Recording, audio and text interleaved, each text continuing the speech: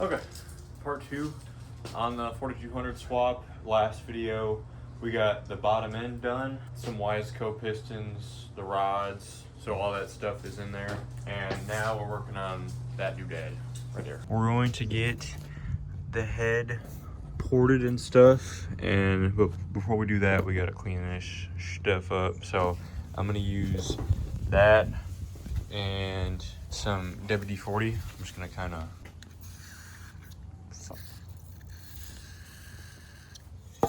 okay, this is the head. The mating surface cleaned up pretty good. So yeah, let's go ahead and clean this hoe.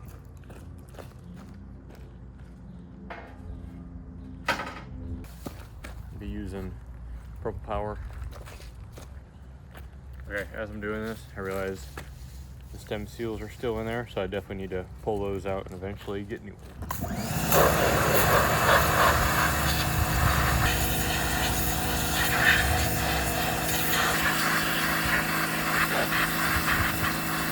Okay. That's pretty hard not to get shit on yourself, but it's done. Okay, these are all the tools I'm gonna be using to port this. I got it decently clean on some, but it shouldn't really matter since we're taking away stuff. I got some Dicam. This is like the layout fluid and some valving compound. I got this, some sanding stuff to go over it after, an assortment of different carbide burrs, a flashlight, and some lapping tools. I also have the valves here, and they're all kind of in the right orientation of what this is. So we will see how this goes. Okay, well, this is pretty fucking scary, but so far, kind of got these worked. It's kind of hard to see with my bright ash flashlight. Okay, being completely honest, the hardest part about doing this right now is even fucking starting it, because I'm like literally terrified that I'm gonna blow through some shit and mess this head up. But so far, so good. I'm definitely gonna have to go back and smooth everything out with the sanding stuff, but I mean, so far so good, I think. So how I'm doing this whole thing is I put the blue shit on there and then make sure I get kind of all around where the valve actually seats, and then I'll take the valve with some lapping compound on it, and then I go ahead and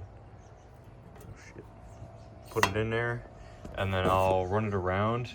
Now I ran the valve around a little with the valving compound, and you can see, so there's a pretty good line. You can see where the valve actually seats into the head. So the whole goal is to stay away from that and try to smooth out as much as this is possible and make it ported, you know what I'm saying? Okay, so I got 3 of them done. So as you get the hang of it, I definitely noticed that going faster with this definitely helps. Before I was kind of going slow and it would kind of sputter and bite. It wouldn't really make like a smooth line or nothing. So I basically went on Amazon and literally just cashed out on like 3 different kits. So I got more than I probably needed. So, and y'all might be asking, why do all this labor for 30 horsepower? And why do all this labor just to get beat by like a fucking bolt-on B58 or some shit? I think the learning experience is definitely worth it alone. Just challenging yourself and doing stuff that you don't think you're qualified for. And it just makes you a better mechanic. And yeah, hopefully when this is all together, it'll mean more to me driving it, now knowing that I put all this stuff and all the small details and stuff into it. So that's kind of the goal.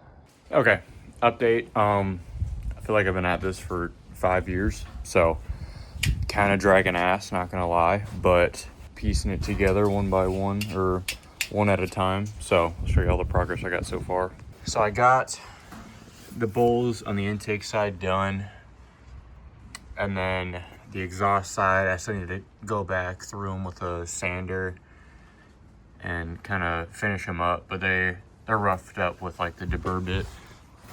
Now I'm working on the actual exhaust ports, so I just bolted the gasket on and then used a little scriber doodad to like kind of etch around where the gasket actually stops.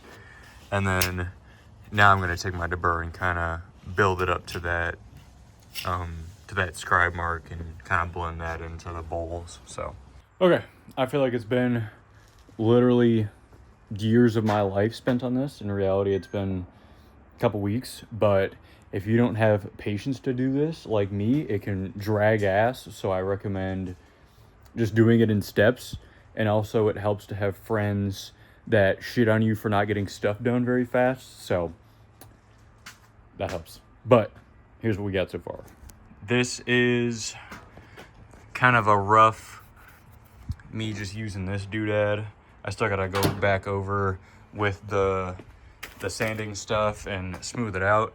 So I basically, like I said, I just put the exhaust gasket on and then scribed it around and then kind of cut out to the certain scribe mark and then tried to blend it as best I could. Is it professional? No. Is it $3,000 like a shop wants it done?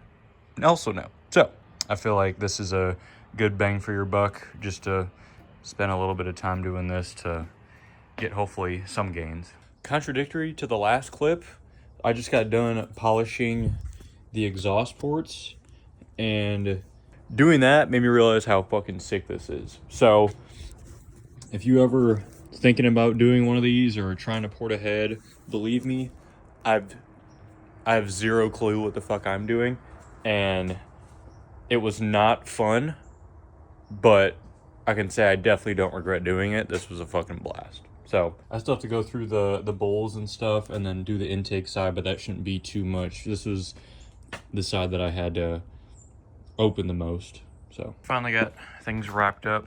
So I went over the intake side.